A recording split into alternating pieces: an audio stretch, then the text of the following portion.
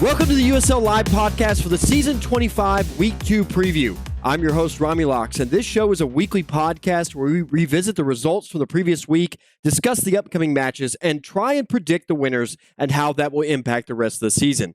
Join me to discuss all that and more. I am honored to welcome into my broadcast booth my co-host for this evening. First up, we have Mecca. Howdy. We have Yosh. Ni hao. We have Splittah and Gift joining us later, but for right now, we have Eric. What's up? And TG's here. Oh, Hello? TG is here. Welcome, good sir. For more information on the Unified Skirmish League, including schedules, rosters, or how you can be a part of this league, we ask that you please visit uslzone.com. All right, guys, jumping right in, let's talk about those Week 1 games. Week 1 and 2 are both taking place on Apollo's map. First game of Week 1 was Jersey Boys defeating Birds 46-29. Your MVP in that game was Victim. Mecca, take us away. Interesting result. I think a few of us predicted this could happen if Jersey Boys got left. A few other people said they predicted it, and I don't think that was true, but we'll leave that alone. But like I said, left side on this map is almost like it's not quite like a Kali KR advantage, but it's up there. It's probably one of the more biased maps, which doesn't seem like it when you just look at it, but it definitely is a huge advantage. But that being said, Jersey Boys just played really well. Birds obviously had some issues too with Jeff being logged in and out and playing a few battles 7. Although Jersey Boys didn't push them when they had 7 the first time. I don't know if that was honor, which I doubt, or just not realizing that they had 7, which is probably more likely, because they did push them a second after that. So who's to say if Jeff's not in the game, it's not closer, maybe Birds wins, but other than that, you just got to play the game that's in front of you, and Jersey Boys did well. Shout out to SV going 11-2. He played pretty well. And I think the Meds did a pretty good job with for Jersey Boys as well. As far as Birds goes, Rio kind of shined through, and Jeff getting 6 kills and not a lot of play seconds is pretty big too, being inconsistent like that. When you're in and out of the game and still managing to get second amount of kills is a good job by Jeff there. So overall, a good game.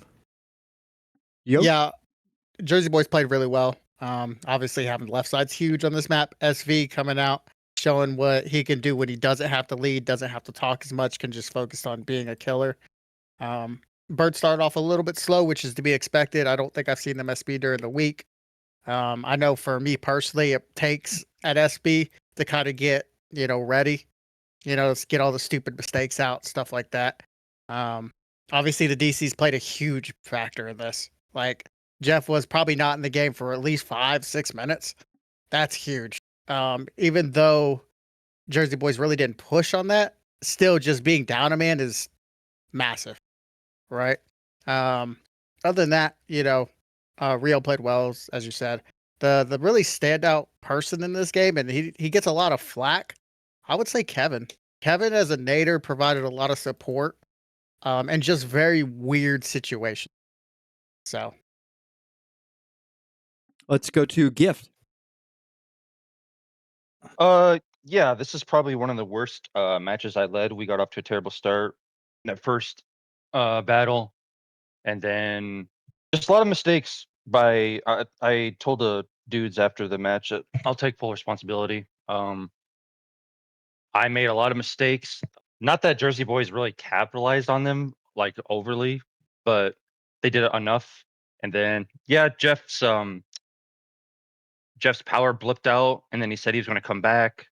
So I kind of waited to do a sub, and retrospect, I should have just did a sub so we could continue to fight, because we were coming back and fighting and winning battles, and then it just kind of, again, I made a mistake by not subbing, and then by the time we just kind of had to like push them, Kevin hit some orders, and it was kind of over from there. Not that I'm making excuses, because Jersey did play very well. So yeah, we took it on the chin and moved on.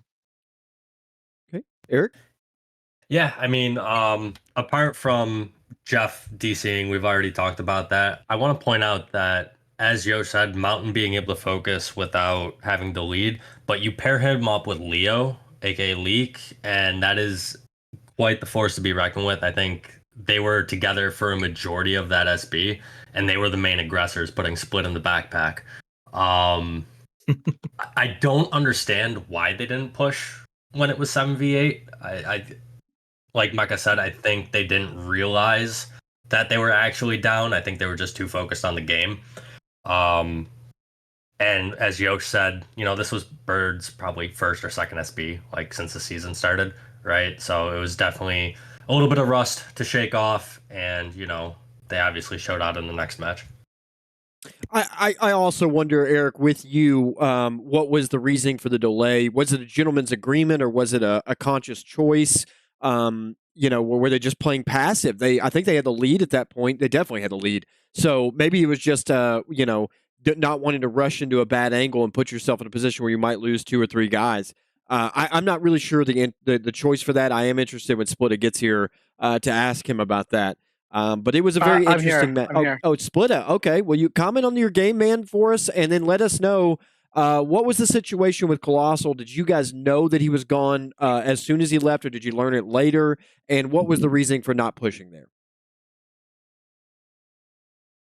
Pushing. Which play exactly you referring to? Or when they lost the first one? When Colossal got DC'd for like 5.5 minutes. Yeah. Why did you guys not push and capitalize on that? I think when it happened, it was after a battle and we were already falling back. We were repositioning at that point, and then we found out that he was down. So it was really a timing thing. It wasn't like we're pushing or we're fighting them and then he gets disconnected. It was not like that. It was after a battle, from my understanding. Well, you had plenty of time. What was the other question? You had plenty of time to adjust to that and to sit there and realize that it was happening. I mean, we talked about it for minutes. So you're saying you guys did not know that it had happened? No, we thought they were doing subs, right? Oh. When we saw him when we saw somebody get subbed in, we were assuming that their sub was happening. So we didn't even know that he was spec'd out or disconnected. All these things come out later. So you assume they were sitting there right outside their own base, too? I assume. Yeah, that's only after. Okay. That's only. I mean, we didn't even. Again, at that moment, we didn't even notice they were down. Maybe 30 seconds or 40 seconds after that happened. Interesting. Well, it's an opportunity to take advantage. Any other comments you have about how your guys play or Birds play in that game one? No, not really. It was a good match overall. I know that Birds, it was for them. It was like they haven't been playing in a long time, right? So, but then you saw them in the following game. They played way better. All right. Well, let's move on then to game number 2, a more interesting one, I guess, because Birds were in form for the second game. That's for sure. Birds defeated Splittah 62-55. Your MVP in that game was Rio. Mecca? Yeah, another game kind of plagued with DCs. I know TG was DCing a lot. We weren't even able to get Chompy in game, so we had to do some last minute subs and then try to sub him in. Didn't work. Push South died. So another game kind of thrown off by the DCs. I think Birds played very well in this game.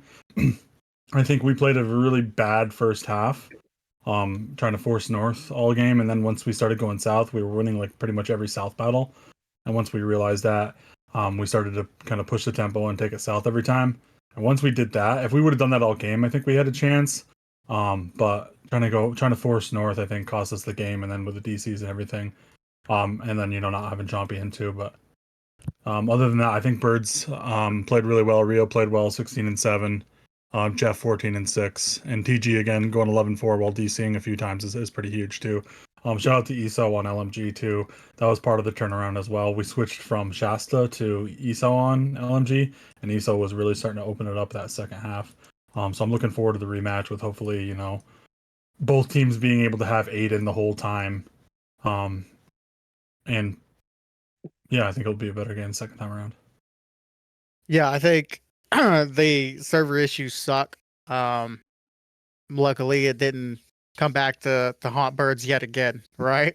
It would have been really unfortunate the first week, both of their games, DC's cost them the game, right? That would not feel good. It'd suck. Sparta picked really, really bad fights the first 15 minutes. Like, it was probably the worst 15 minutes I've ever seen from a team, to be honest. The fight selection was not very good, right? And this game looked like it was going to get ugly really fast. And then, I guess whoever's leading over there figured it out and was like, hey, let's try a different approach. And, take it to South, and it actually started working out. So I think the biggest factor was putting ESO on LMG. When y'all made that switch, something different happened. I really can't determine what it is, but he just played really, really well. Let's go to Splittah next. Yeah, yeah, ESO played really good. I did think though that the disconnections, like everyone was saying, did kind of like play a part in the match on both sides, because after that 15-minute mark, there was a disconnection that happened on their side, Bird's side, and then then they start losing it. At one point, we all thought it was completely over. At one point, actually, at 15-minute mark, and then that disconnection happens, and then Bert starts losing a few of the battles simultaneously. And honestly, I didn't see. Originally, I would have thought that Bert was like, the way that they were playing it perfect. That it would have been like, it looked like they were going to lose by 30 or 40 at one point. You know what I mean? So it was an impressive come around on their part, to make it within a battle, right, after that horrible beginning. Big shout out to Legacy that game. Matter of fact, also the other game too. He played phenomenal this weekend. Yeah. Gift. Yeah, we started off very well in this match. We knew Jersey Boys probably didn't want to fight us straight up a lot, so we kind of knew that going in. But a lot of the players on Splittah can match up with us, so I was looking forward to this match so we could just fight, basically. Yeah, again, we got off to a great start. I think, yeah, like by 15 minutes or whatever, we were plus like 25 cruising, and then I don't know. It seemed like it was internet issues. I kept disconnecting. I think it was like 3 times. Like I went out. So I'm leading all match and we're cruising. Then all of a sudden I'm getting kicked out of the game, basically. So props to Ernie for stepping in and taking over the reins. So now we're doing subs back and forth.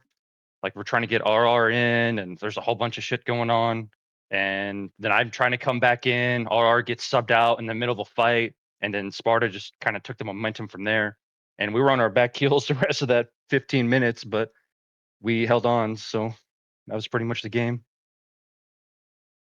Yeah, I mean, this was a fun one. I'll take a page out of Gift and say that the first 15 minutes that I led was atrocious. I had it in my mind that the south left of Apollo's map was very similar to OD, and there were several times where I sent all 7 north and figured, you know what, they'll have numbers. I think there was one part where I had Gift and Caved pushing me south while I was solo. Hoping that, my North team would be able to take advantage of numbers, take advantage of the fact that they only had 1 medic over there. I will say, I take full ownership of the loss. I will say I wish I had a little bit more communication on the other teams to figure out what exactly was going wrong on those North battles so I can adjust. But as Mecca said, ESO asked to switch to LMG. I said, go for it. She asked to switch. And I'll say what the difference is, Yosh. ESO's just more aggressive than Shasta. ESO uses LMG to push and to finish kills. Shasta uses it to suppress. That's kind of the key difference. And once that change happened, and as you all said, once we started taking it south, which I was surprised that we were winning the south battles, we started to catch up. Yes, as soon as I saw TG leave chat, I said push.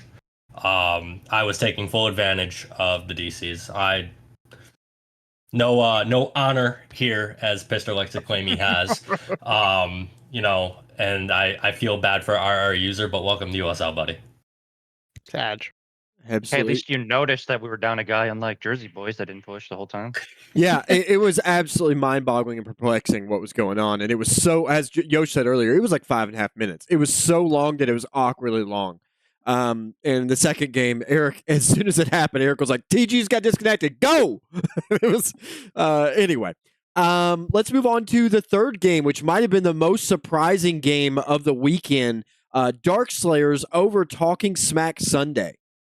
87-16. Your MVP in that game was phony. Mecca, what'd you think? Yeah, I'm just going to go ahead and kill this narrative that this was a shocking result. I know that these people are perceived as CTFers, but you have Manu, you have Typhoon, you have Brohart, Metal, Abeth. Those guys have all played the last 4 seasons.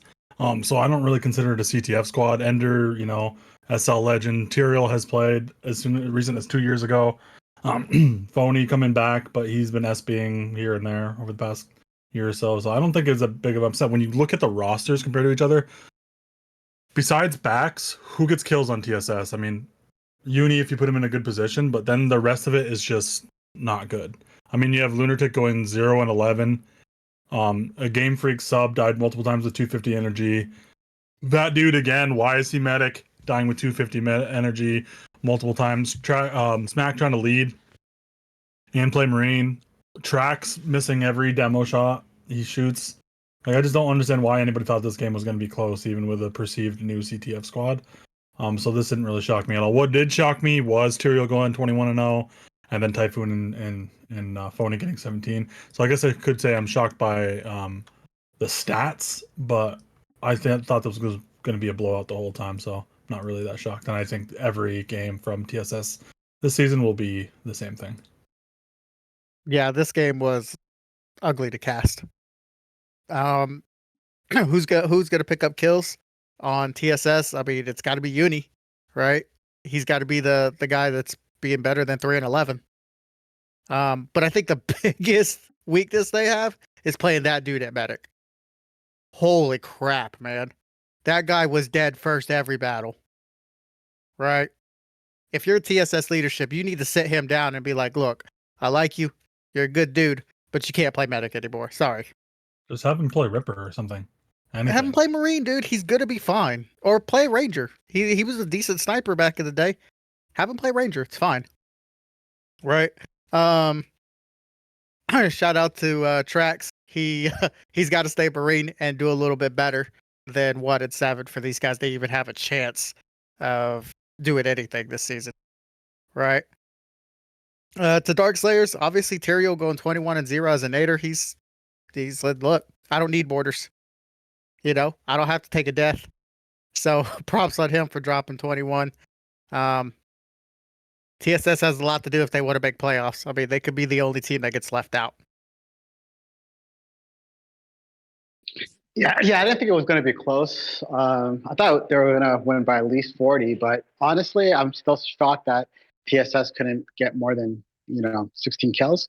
But yeah, Dark Slayers, they're a lot better than we originally thought. I mean, the add-ons with Manu, Typhoon, Brillheart really kind of put them on the map. I feel like now they're definitely good competition across the board for every squad. And then you add in Phony. Phony didn't seem like he was missing much either. His laws, his AR shots, everything were on point. And then Tyrael was just hitting every nade, Yeah, it was a really great match overall on Darkslayer side. I mean, they didn't show any respect. We saw during the match, they stayed right in front of their base the whole match. And decided that even when they're down a guy that they could take them. So I do think that it's an uphill battle for backs. Talking Smack Sunday, they got to kind of work on a lot of fundamentals. Positioning being probably the biggest part for them right now. Leadership, just as a whole. But yeah, good to see Phony return and all those guys come together in Dark Players and perform the way they did this Sunday. Gift. So let's slow down the hype a little bit on Dark Slayers. We know that Talking Smack Sunday is the worst squad. It's going to be a long season for them, as it always is with these Crusaders type squads. So I hope they stick it out. I don't want a squad to fade in this season because that would be terrible. But it's going to be a very long season for them. Phony played outstanding. That's probably the best I've ever seen him play. So he had a fantastic game. Tyrael should clean up players like this on Talking Smack Sunday, but so Split's like, yeah, they should be pretty good competition for everybody, but I don't see it that way. I think there's the 3 squads, and then I think DS is a distant 4th. Not that I'm trying to flame them because they play very well, but I think they're in for a rude waking next week when they play us, to be honest. But I mean, we'll see. You never know what happens, but They got Manu though. So they're going to camp then? Like, you can't really exactly. camp this season. They can't really camp this season though. So like, well, we can just spam camp timer. We were ready to do it against Jersey Boys, but it didn't turn out that way. But I think if Brill plays well and Typhoon plays well, they can maybe make a little noise. But I don't know. Tyrael's going to lead all season 2, I believe. So I don't know how much leading experience he has. I'm sure he has some from the past, but again, they played very well against TSS. But I think they're in for a rude awakening next week. Yeah, I'm kind of with Gift on this one. It's a back squad. It's Crusaders. It's Hellcats. Whatever you want to call them this iteration, right? It's kind of to be expected that this will happen, and I also agree with essentially everybody that this isn't. Yes, they all started in CTF, but every single player on this roster has played SK for multiple seasons in multiple leagues, for the most part.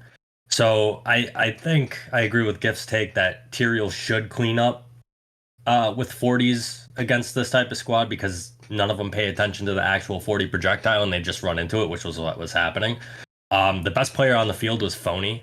As Splittah was saying, he was not missing bullets or laws. So, I mean, I do agree with Gift. I think they are in for a rude awakening. Whether it's Manu leading or Tyrael leading, they're going to have to slow it down and don't let this hype get to them and try and fight Jersey Boys, Sparta, or Birds straight up, because they will get rolled over and then get the talking smack Sunday essentially played out on them, right? You're sitting at your base. But good game. You know, I'm with Gift. I'm not trying to talk shit, but it just is what it is. There's not too much hype to be had when you're crushing Crusaders. I'm gonna go ahead and say, sorry, Rob, I No, can't you're hold my tongue on this. I'm gonna go ahead and say Dark Slayers, they're good. Is Birds probably gonna be a little bit too much for them next week? Yeah, but I think they'll hold their own against Sparta. If Eric leads the way he led against fucking Gifted up, they might even win this game when they play them. Damn. Right? And the Sparta goes as far as Eric's going to take them, and hopefully we don't get flaming dragons, Eric. He knows what I'm talking about. But I do think that Typhoon is one of the most important players on this team. If he plays well and continues to play well, you could see some upsets for them. Sorry, Rob. Just to piggyback again real quick, I don't think that Dark Slayers will like dominate any of the top 3 squads, but I think they could beat any of the top 3 squads depending on the map. You know, what side they get. I don't think it's likely. I'm just not ruling it out. Like, I don't think TSS can beat any top squad.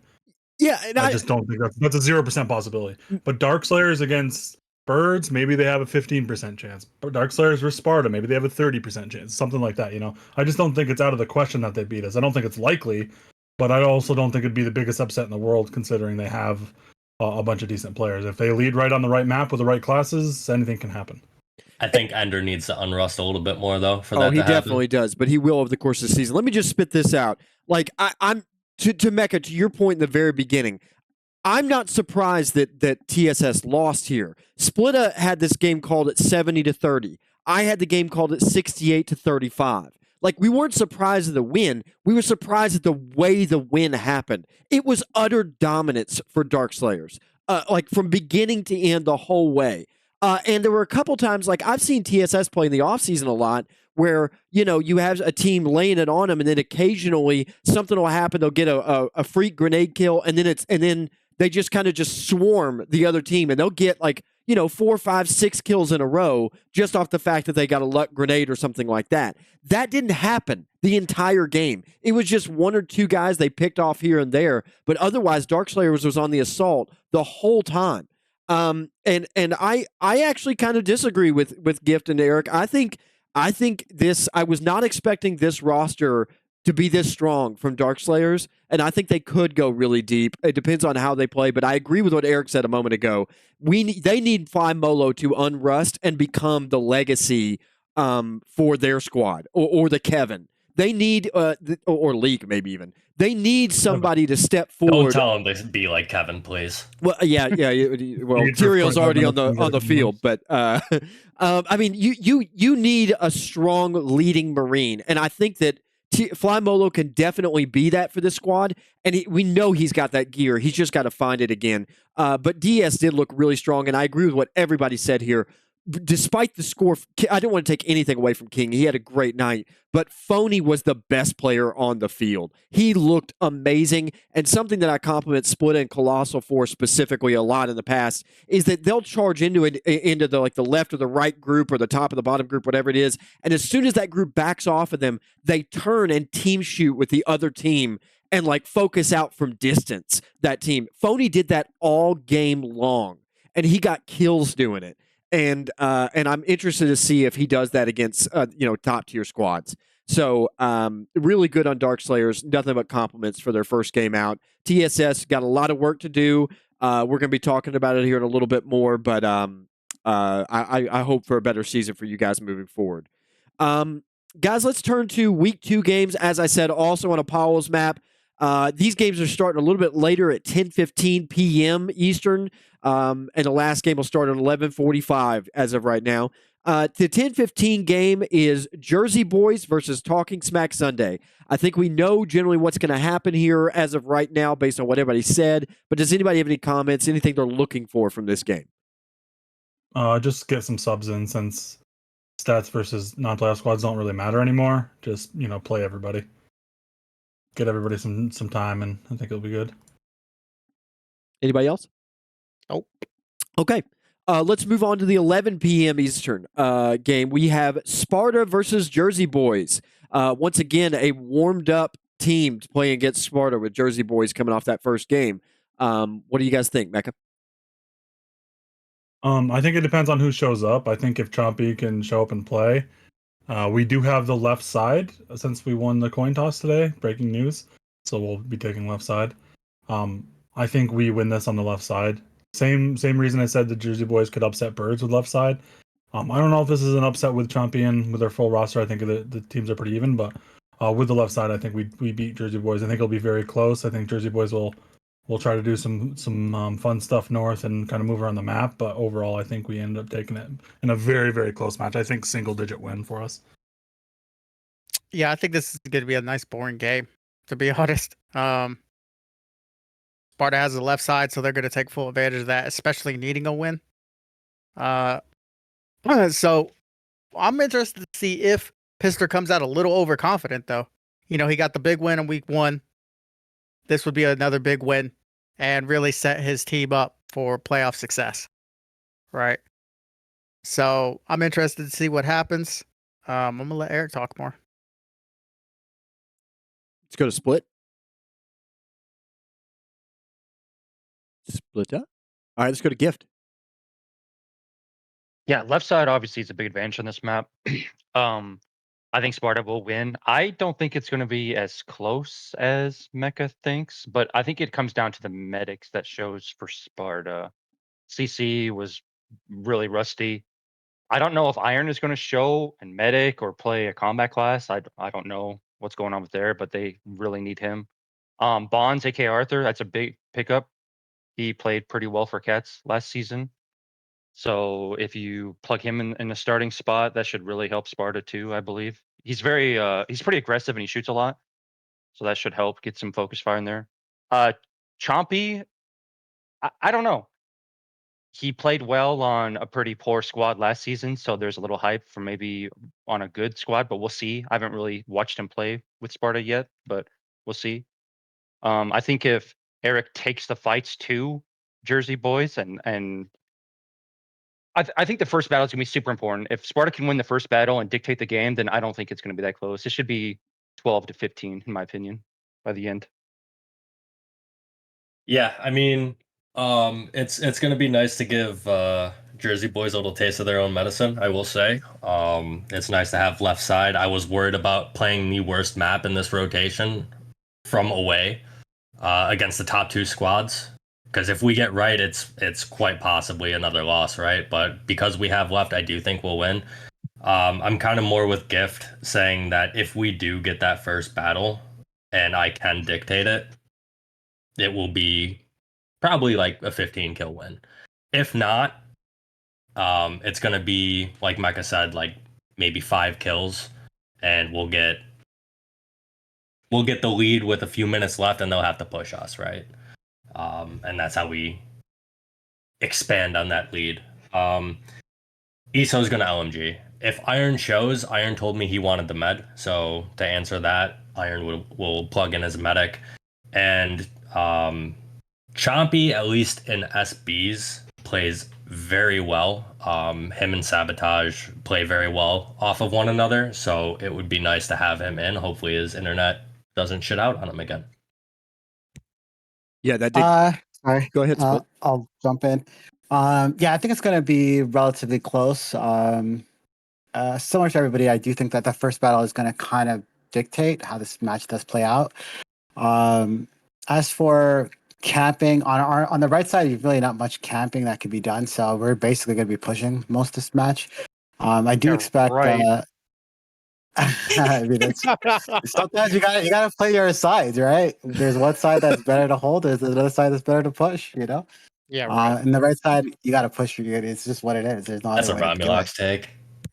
It's a fact, guys. You know, just like when you guys were saying last season that we're not going to push on Titan when we're facing you guys on KR. Obviously, we have to push, right? So it's similar to that situation. On the right side on this map, you got to push, right? You can't really. There's no real good positions to hold in, you know.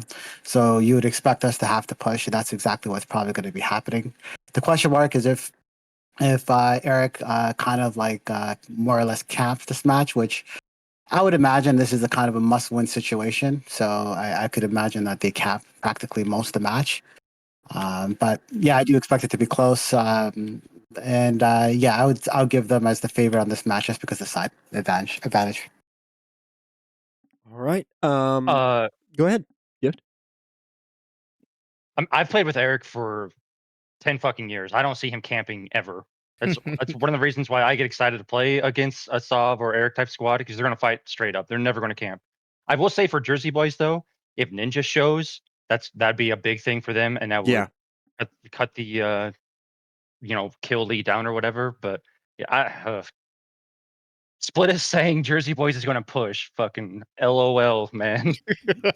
Sorry. We shall see on Sunday. Let's go next to the 11:45 Birds versus Darkslayer. Yeah, I think Birds wins this. I think it's gonna be. Well, who has home? TG, do you have home? Yeah, we have left side on Apollo's. Ooh. Okay.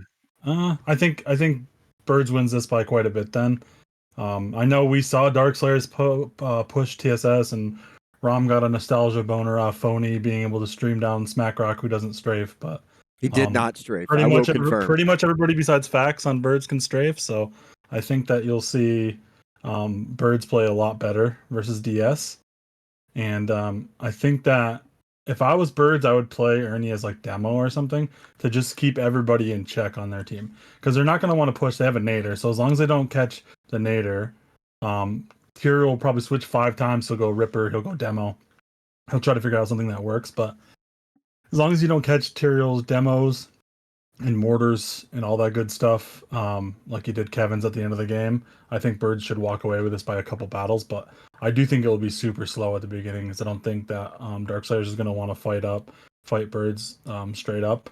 It's the thing with Typhoon leading. He likes to play very slow. So I just don't think you'll see a straight up fight all game, and I think Birds will win a couple battles, and then I just don't think Darkslayers has enough power to push Birds once they start moving around the map with a lead. Did you say Typhoon's leading, Mecca?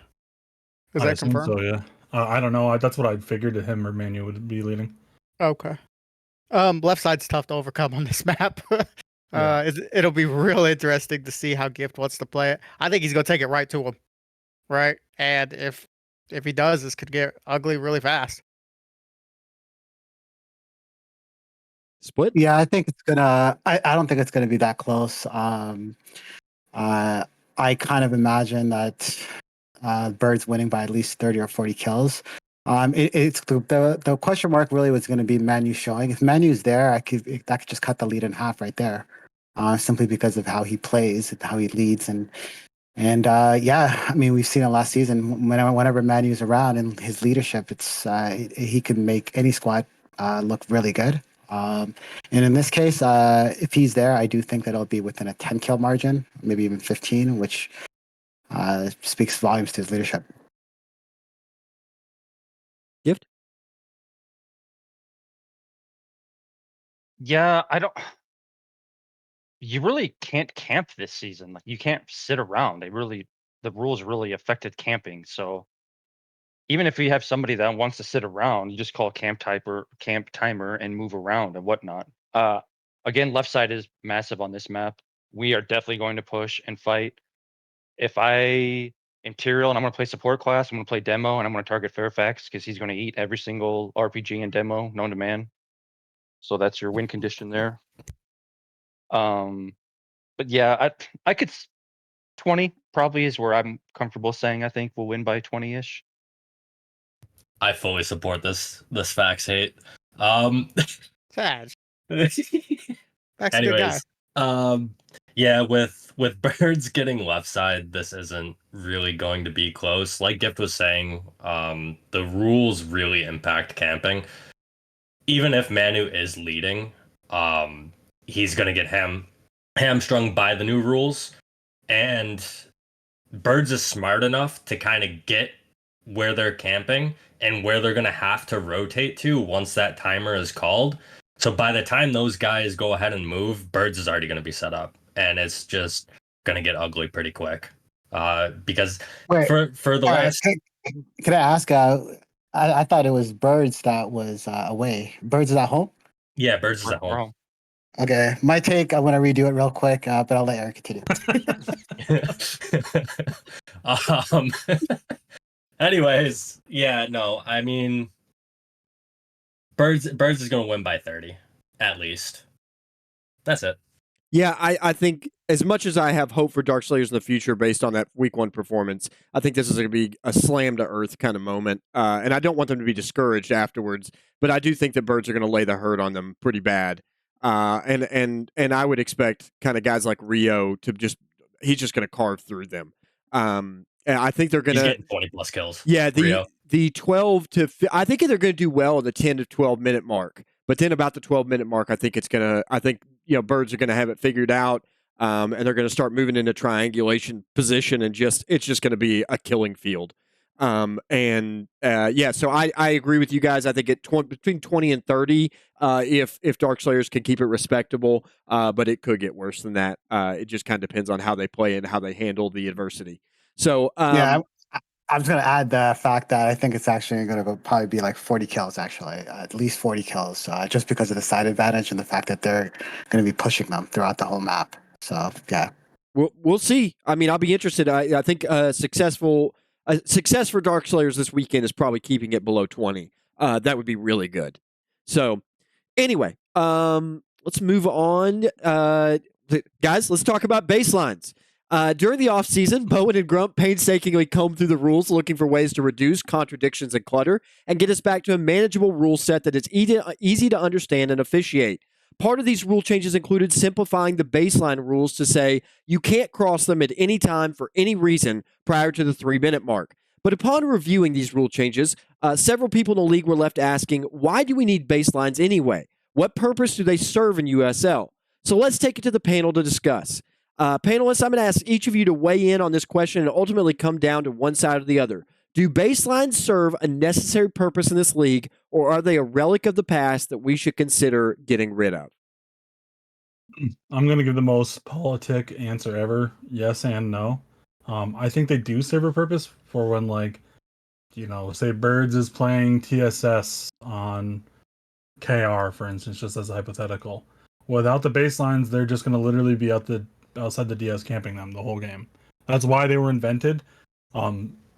The story is Semper Fi beat, I think it was like STL squad because I was on STL squad. Fuck off. Yeah, it was like 180-9 was the final score.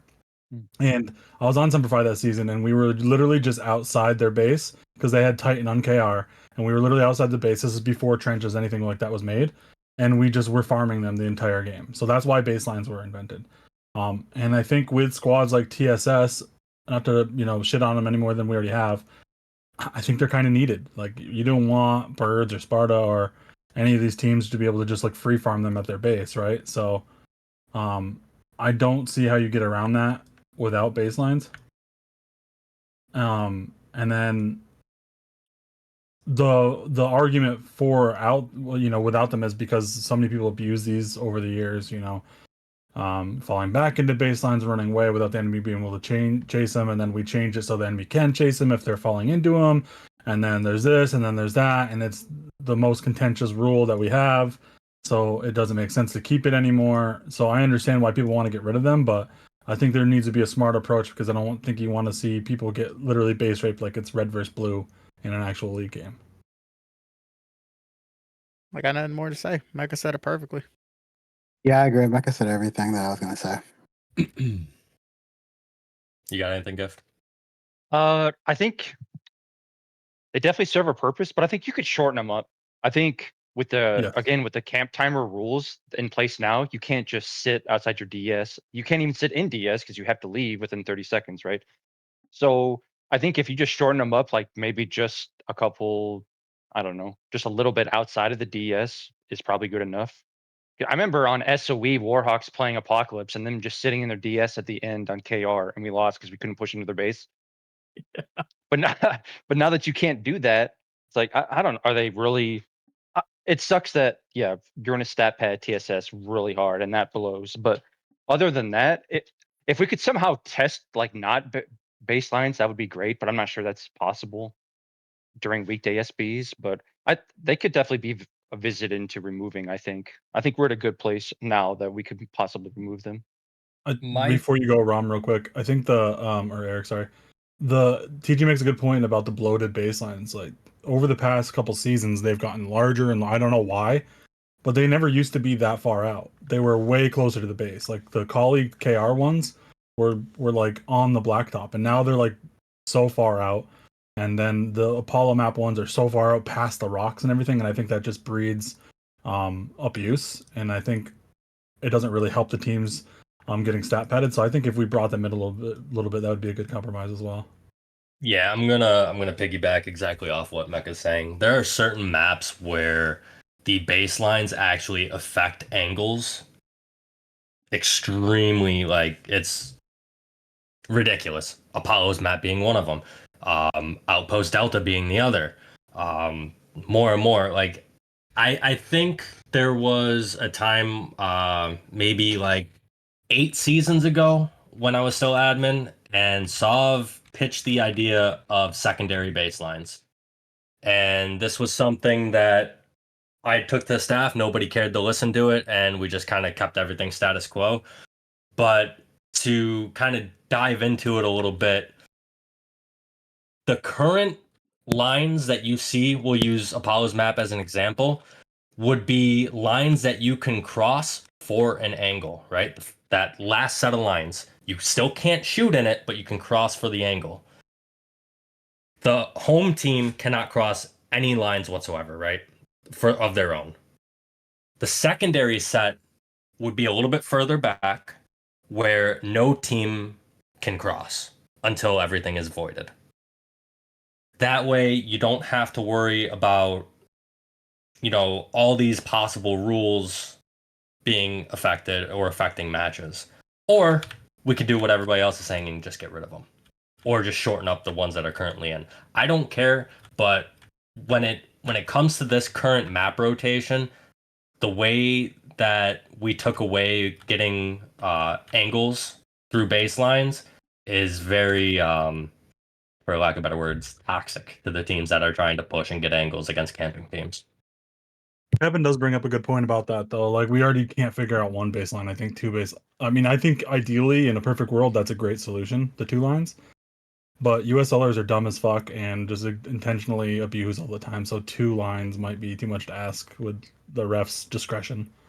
True. I think ideally it's a great idea, but yeah, then I would shorten the current ones up, almost like if you're looking at Apollo's map, pretty much mid-section of the Titan DS, right? So you can still get those angles from Kali without pushing all the way into the DS. And I mean, they still have that little tunnel, the rapier tunnel, as we liked to call it a few seasons back, to escape. if they needed to, right? Well, I don't disagree with any of you guys. I think there's some room for experimentation there. Definitely, I don't think it's a settled issue and something we might want to revisit in the offseason. But I hear what I concur with what Mecca said in the very beginning. For some squads, it's still necessary, I think, in some way. So we can look at it again in the offseason, but an interesting question, something to mull about. There's a reason they exist, though, and it's not just just something we just keep around because we want to keep nostalgia or something. Let's go to the mailbag. First up, I've got a few questions here. Let's turn this more into a free-for-all. If you have a response, if you don't worry about it. But whoever wants to respond can just jump in. The Grenadier is a class that has largely been insignificant in USL for a long time. One change that made it a lot more relevant and playable was the addition of mortars. But the Grenadier only gets 2 of them and has to die or be subbed out for that ammunition to be replenished. Should each medic be given a 40mm grenade to carry for their team, or is the 2 that the Grenadier starts out with enough? 2 is plenty. Yeah, I think 2 is fine. I mean, just because I play with Kev, I would say 10. No, 2's fine. 2's fine. 2 is fine, but I do think it would be interesting. Just like a medic can carry a LOM for a Marine, I wouldn't mind seeing them be able to carry 1 and be able to drop it. But again, 2 is fine. To me, mortar is used to like break camps, I would think, against a camping team. But again, we're moving in a direction where we're not going to be camping anymore. So if you want to use a nade around the open and you're skilled enough to hit a mortar, great. But I think nader will have to be adjusted again and changed. Again, we're going in a direction that we're not camping, so it's going to have to be revisited, I think. I like the idea that you now have to be conscious of the nader on the field. Like, when Kevin's on there, you're thinking about it. Like, we're talking about it openly. How many mortars does he have left? That kind of thing. Like, it's something we're taking stock of as we're playing. I also like the idea of a little bit of coordination between the medic and the Grenadier, like you do see between the Marines and the medics, where they say, hey, Law, if he was coming up to me and said, Rom, do you still have your 40? I think that would be kind of a cool component to add. And maybe just a way for it would be kind of cool to see them be able to still have an effect on the game outside of the 2 they used at the beginning. And it just feels like Tyrael did very well this last weekend, but once his 2 mortars were done, until he dies, he's nowhere near the threat that he was before. And I think that's a way to kind of keep other teams on their toes a little bit. I think that if you take Biodart out of the game and then add more mortars, that's the dumbest thing I've ever heard in my life. Like, it's all about skill expression, right? That's why we didn't want Biodarts in it, because it makes the good beds better. Like, what does an extra mortar do for naders? Like, you take MTR versus Tyrael or Kevin sometimes. Like, Tyrael's going to hit 2 mortars, right? Or maybe 1 of the 2. You give him a 30, he's going to hit it. MTR is going to miss all 3. So the same logic that you apply to Biodart being, Iron's going to get even better. Well, Tyrael's going to be a better nader. But Biodart is a skill shot, whereas so mortars is a huge skill shot. That is a very large plume, sir. You can make a mistake and kill 2 people. It's not that easy, Rob. No, As someone that plays it's not that easy. You have to be in the ring. You just you just catch them a lot in the ring. Well, I'm just saying, even the Shrap will kill a medic. If you're in the ring of it, it's the same idea though. Like, if you're arguing against skill, look at MTR shoot a mortar compared to Tyrael. Well, and then tell me it's not a skill issue. If MTR focuses on a gap though and plays it even moderately well, No.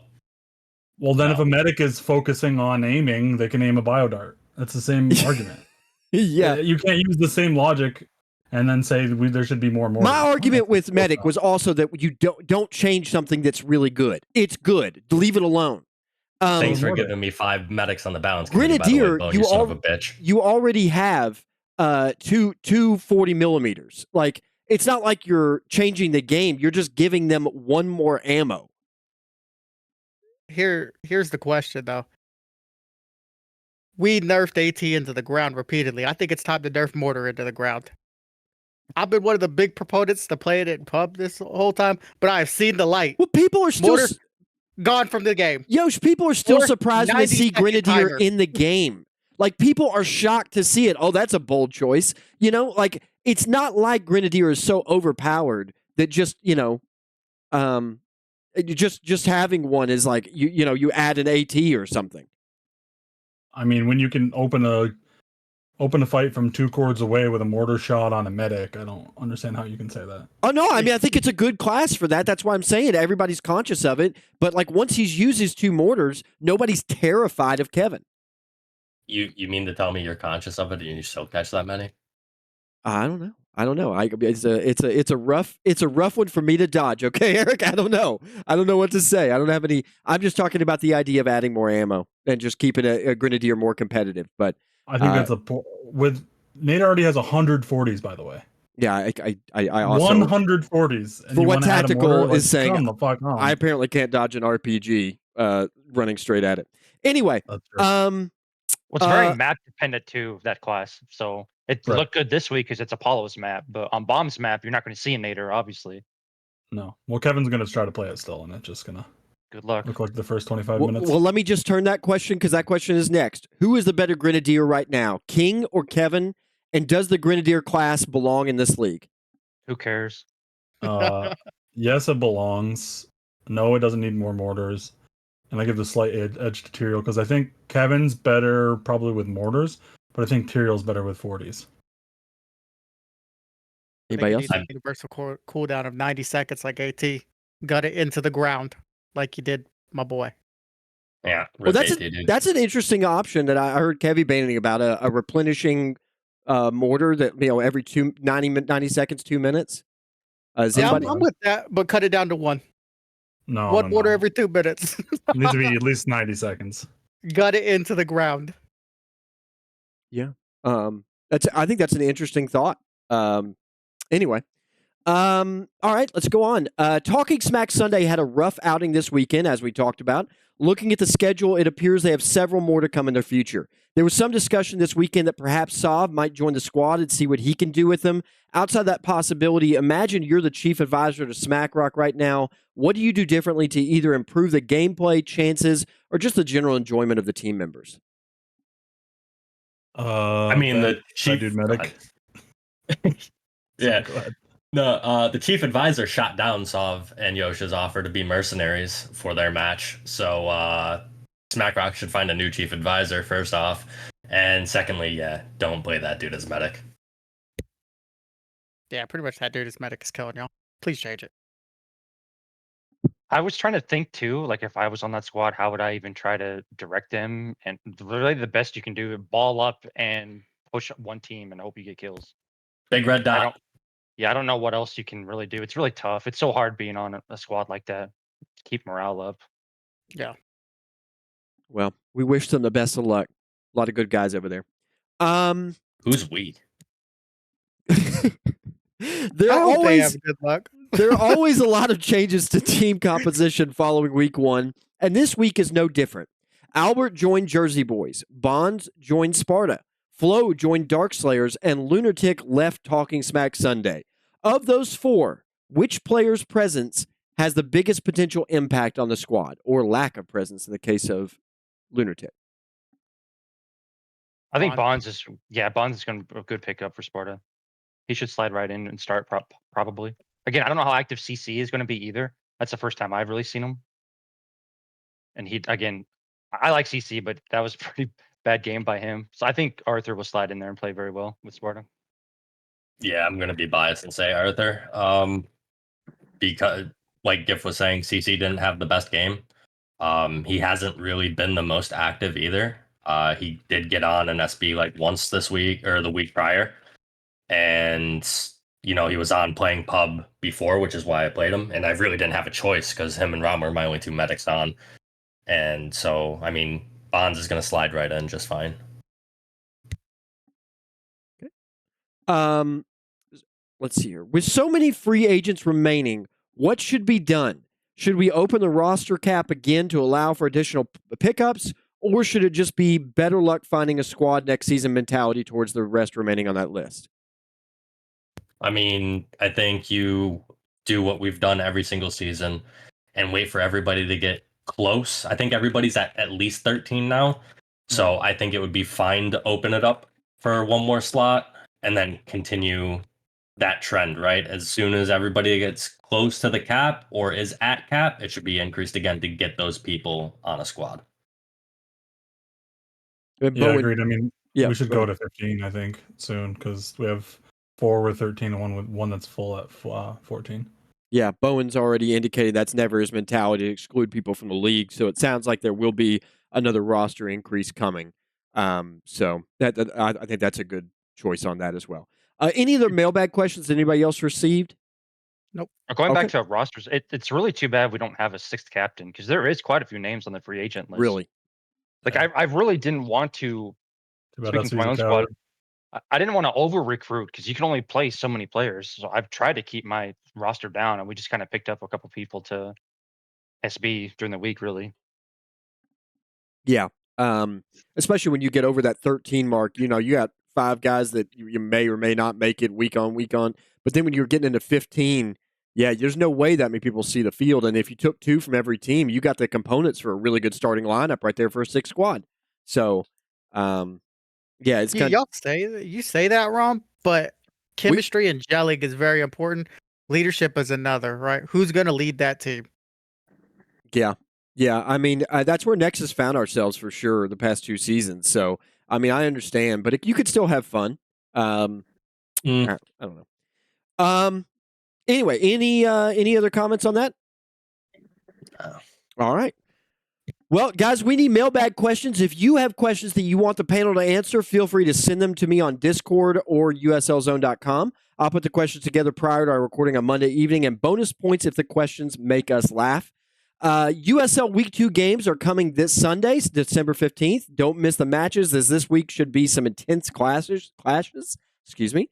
And any final comments on Week 2 from anybody on the panel? Negative. Okay. Good luck. That'll do it for USL Live and the Season 24 Week 2 preview show. You can play Infantry for free. Download the game right now for free on Steam. Just type Free Infantry in the search bar or visit freeinfantry.com.